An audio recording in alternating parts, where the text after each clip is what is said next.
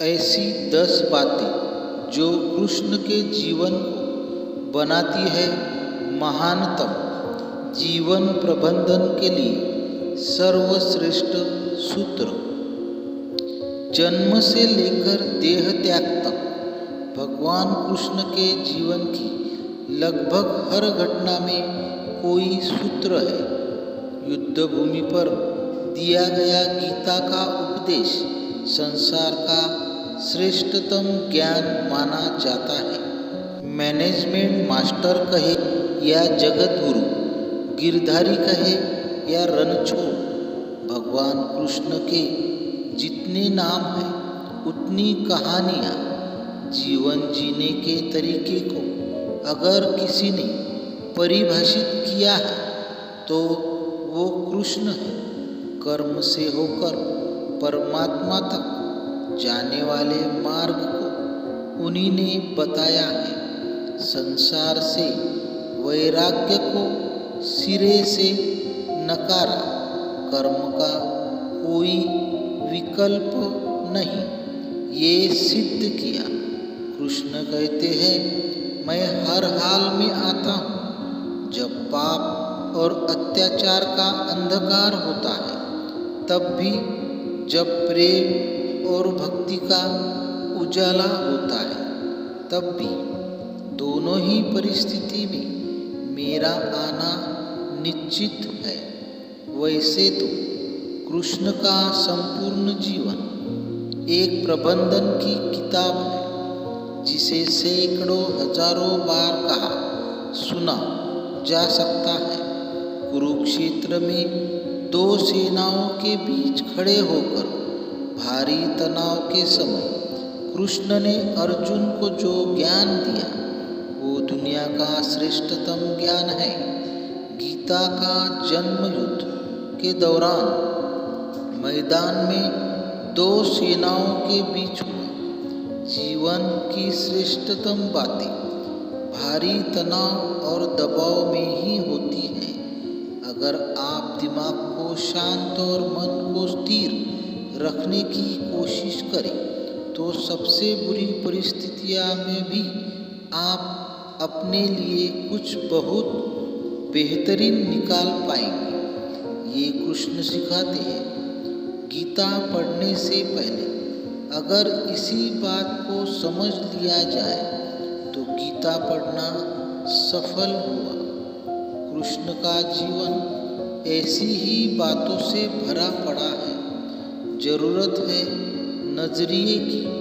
उनका जीवन आपके लिए माइथोलॉजी का एक हिस्सा मात्र भी हो सकता है और आपका पूरा जीवन बदल कर रख देने वाला ज्ञान भी। आवश्यकता हमारी है, हम उनके जीवन से लेना क्या चाहते हैं। कृष्ण मात्र कथाओं में पढ़ा या सुना जाने वाला पात्र नहीं है। वो चरित्र और व्यवहार में उतारे जाने वाले देवता है। कृष्ण से सीखे कैसे जीवन को श्रेष्ठ बनाया जाए। 10 बातें हैं जो अगर व्यवहार में उतार ली तो सफलता निश्चित मिलेगी। पहली बात, शुरू से अंत तक जीवन संघर्ष ही है। कारागृह में जन्मे कृष्ण पैदा होते ही रात में यमुना पार कर गोकुल ले जाया गया। तीसरे दिन पूतना मारने आ गई। यहाँ से शुरू हुआ संघर्ष। देह त्यागने से पहले द्वारिका डुबोने तक रहा। कृष्ण का जीवन कहता है, आप कोई भी हो, संसार में आए हैं तो संघर्ष हमेशा रहेगा। मानव जीवन में आकर परमात्मा भी सांसारिक चुनौतियों से बच नहीं सकता।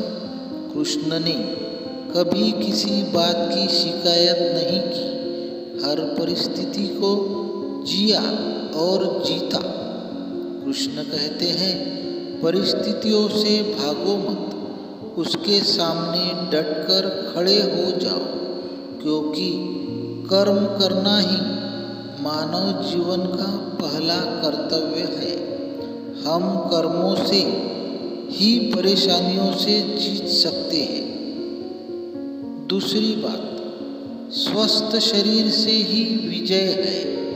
कृष्ण का बचपन माखन मिश्री खाते हुए गुजरा। आज भी भोग लगाते हैं हम, लेकिन ये संकेत कुछ और है। आहार अच्छा हो, शुद्ध हो, बल देने वाला हो। बचपन में शरीर को अच्छा आहार मिलेगा तो ही इंसान युवा होकर वीर बनेगा। शरीर को स्वस्थ रखना है तो बचपन से ध्यान देने की ज़रूरत है।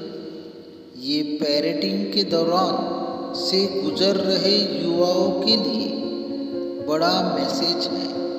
अपने बच्चों को ऐसा खाना दे जो उनको बल दे, सिर्फ स्वाद के लिए ही ना खिलाए। तभी वे बड़े होकर स्वयं को और समाज को सही दिशा में ले जाएंगे।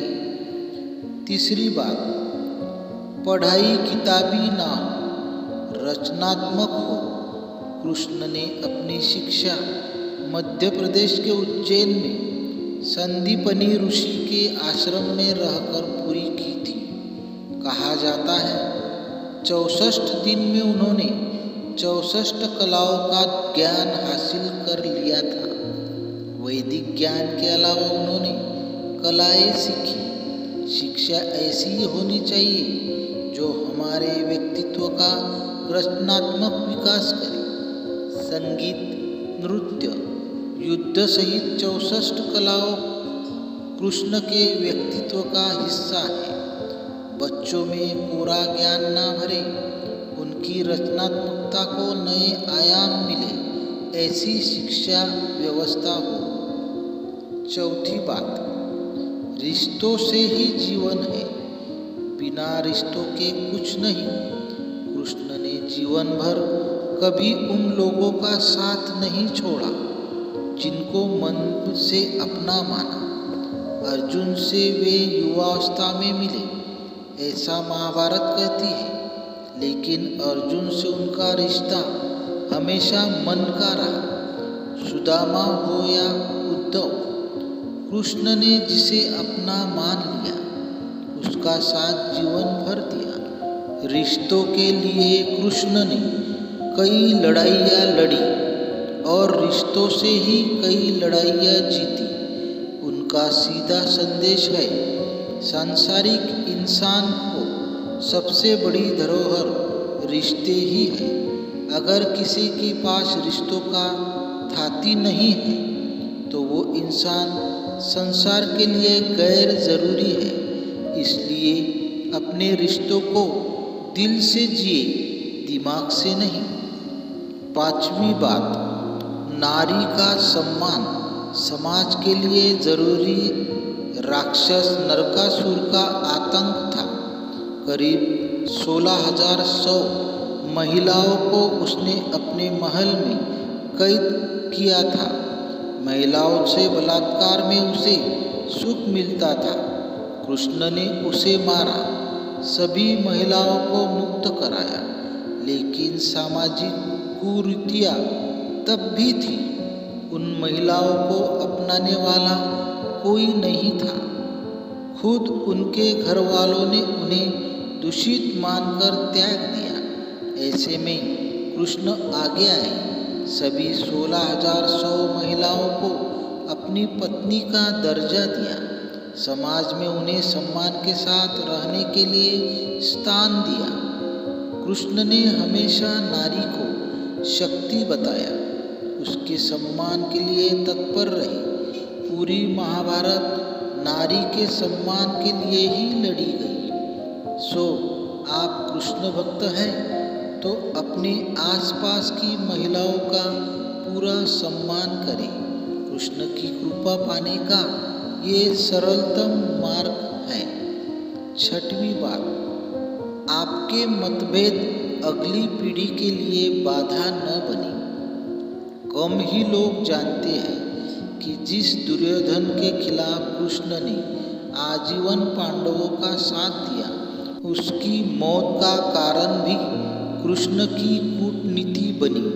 वो ही दुर्योधन रिश्ते में कृष्ण का समधी भी था। कृष्ण के पुत्र सांब ने दुर्योधन की बेटी लक्षणा का अपहरण करके उससे विवाह किया था, क्योंकि लक्षणा सांब से विवाह करना चाहती थी, लेकिन दुर्योधन खिलाफ था। सांब को कौरवों ने बंदी भी बनाया था। तब कृष्ण ने दुर्योधन को समझाया था कि हमारे मतभेद अपनी जगह है, लेकिन हमारे विचार हमारे बच्चों के भविष्य में बाधा नहीं बनने चाहिए। दो परिवारों के आपसी झगड़े में बच्चों के प्रेम की बलि ना चढ़ाई जाए। कृष्ण ने लक्षणा को पूरे सम्मान के साथ अपने यहाँ रखा। दुर्योधन से उनका मतभेद हमेशा रहा, लेकिन उन्होंने उसका प्रभाव कभी लक्षणा और सांब की गृहस्थी पर नहीं पड़ने दिया। 7वीं बात, शांति का मार्ग ही विकास का रास्ता है। कृष्ण ने महाभारत युद्ध के पहले शांति से समझौता करने के लिए पांडवों और कौरवों के बीच मध्यस्थता की।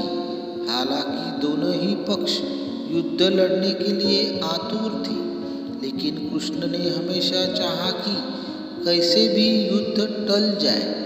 झगड़ों से कभी समस्याओं का समाधान नहीं होता है। शांति के मार्ग पर चलकर ही हम समाज का रचनात्मक विकास कर सकते हैं।